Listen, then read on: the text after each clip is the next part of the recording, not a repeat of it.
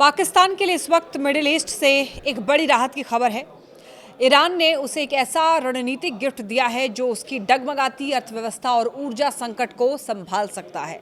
दरअसल जारी जंग और तनाव के बीच बेहद अहम माने जाने वाले स्ट्रेट ऑफ हॉर्मुज से पाकिस्तान के 20 जहाज़ों को गुजरने की अनुमति मिल गई है और यही वो समुद्री रास्ता है जहां से दुनिया का करीब 20% तेल गुजरता है। लेकिन फरवरी 2026 में अमेरिका, इजराइल और ईरान के बीच युद्ध शुरू होने के बाद ईरान ने इस रास्ते पर कड़ा नियंत्रण कर दिया था।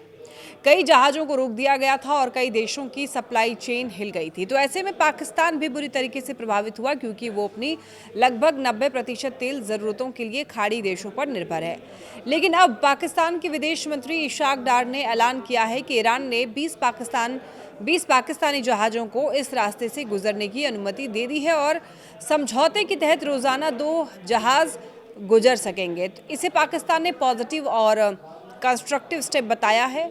खास बात यह है कि ये जो फैसला है ऐसे समय में आया जब ईरान ने यह साफ कहा था कि सिर्फ नॉन हॉस्टाइल यानी गैर विरोधी देशों के जहाज़ की उन्हीं जहाज़ों को ही केवल मंजूरी मिलेगी गुजरने के लिए। और पाकिस्तान को ईरान का करीबी माना जाता है। यही वजह है कि जहां कई देशों के जहाज़ फंसे हुए हैं या लौटाई जा रहे हैं तो वहीं पाकिस्तान को ये राहत मिल गई है। इससे पहले ईरान ने एक पाकिस्तान जाने वाली जहाज़ को अनुमति न होने के कारण वापस भी भेज दिया था, जो ये दिखाता है कि इस रूट पर पूरा कंट्रोल ईरान के हाथ में है।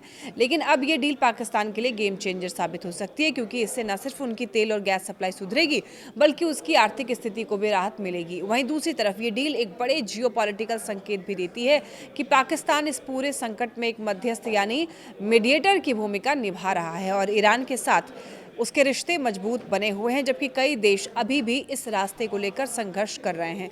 ऐसे में सवाल ये भी उठता है कि क्या ये सिर्फ शुरुआत है और आने वाले दिनों में अन्य देशों को भी ऐसी राहत मिल सकती है या फिर स्ट्रेट ऑफ हॉर्मुज पर ईरान का कंट्रोल और सख्त होगा। लेकिन फिलहाल इतना तो तय है कि इस एक फैसले ने पाकिस्तान को बड़ी राहत दी है और दुनिया को ये दिखा दिया कि इस संकट के बीच असली ताकत उसी के पास है जो इस समुद्री रास्ते को कंट्रोल करता है।